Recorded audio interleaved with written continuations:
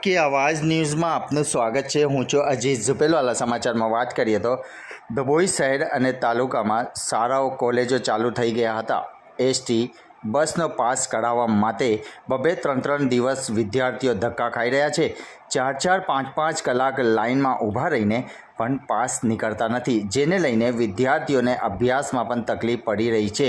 Dabhoi ST ડેપોમાં 2 machine હોવા છતાં પણ 3-4 કલાક સુધી વિદ્યાર્થીઓને ઊભા રહેવું પડે છે।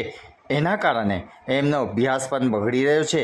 ડભોઈ તાલુકાના છેવાડેથી આવતા લોકોને મુશ્કેલીઓનો સામનો કરવો પડી રહ્યો છે, જ્યારે સર્વર ધીરું હોય એવું જણાવે છે। બસના પાસ કઢાવવા માટે 200 જેટલા વિદ્યાર્થીઓ લાઇનમાં ઊભા રહે છે, જેને લઈને વિદ્યાર્થીઓમાં રોષ જોવા મળ્યો હતો। સરકાર વહેલી તકે ચોક્કસ કોઈ આયોજન કરે તો વિદ્યાર્થીઓને ભરતીનું મુશ્કેલીઓનું નિવારણ આવે તેમ જાણવા મળ્યું હતું। રિપોર્ટ રફીક મંસૂરી।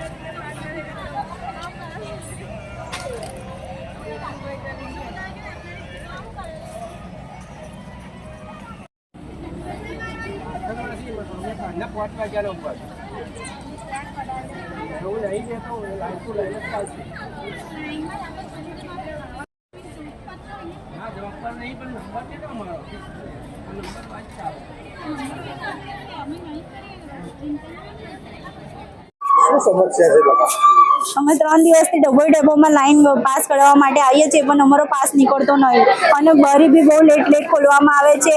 ઘડીકમાં પેલી બાજુ લઈ જાય છે, ઘડીકમાં આ બારીએ લઈ જાય છે અને પાસ કાઢવામાં બહુ જ વાર લગાવે છે। અમે દૂરથી ગામડામાંથી આવીએ છીએ અને અમારું ભણવાનું બી બગડે છે અને પાસ માટે બહુ જ લાઈન હોય છે અને કંઈ અહીંયા આગળ સમસ્યા ઉકેલતા નથી અને બહુ જ લાઈન હોય છે।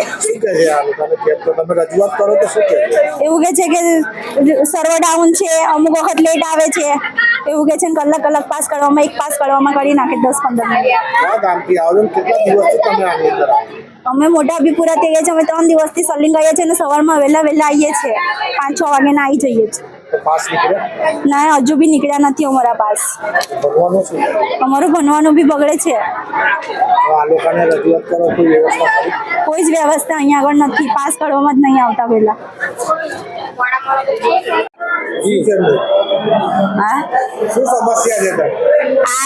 પાસ માટે આજે 3જો દિવસથી હું આવું છું। 6 વાગ્યાના છોકરાઓ લાઈનમાં ઉભા રહે છે, હજુ એમનો નંબર આવતો નથી અને ટ્યુશન સ્કૂલ બગાડીને ખોટી થાય છે, છતાંય આ લાઈનો હજુ નંબર આવતો નહીં। લાંબી લાઈનો થાય છે। આજે હું પણ આ 3જા દિવસથી આવી છું, આજે 3જો દિવસ છે મારો।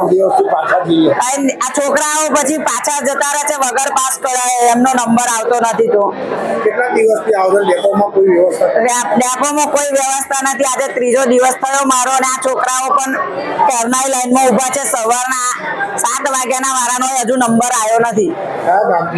અમે મોટા આબીપુરાથી।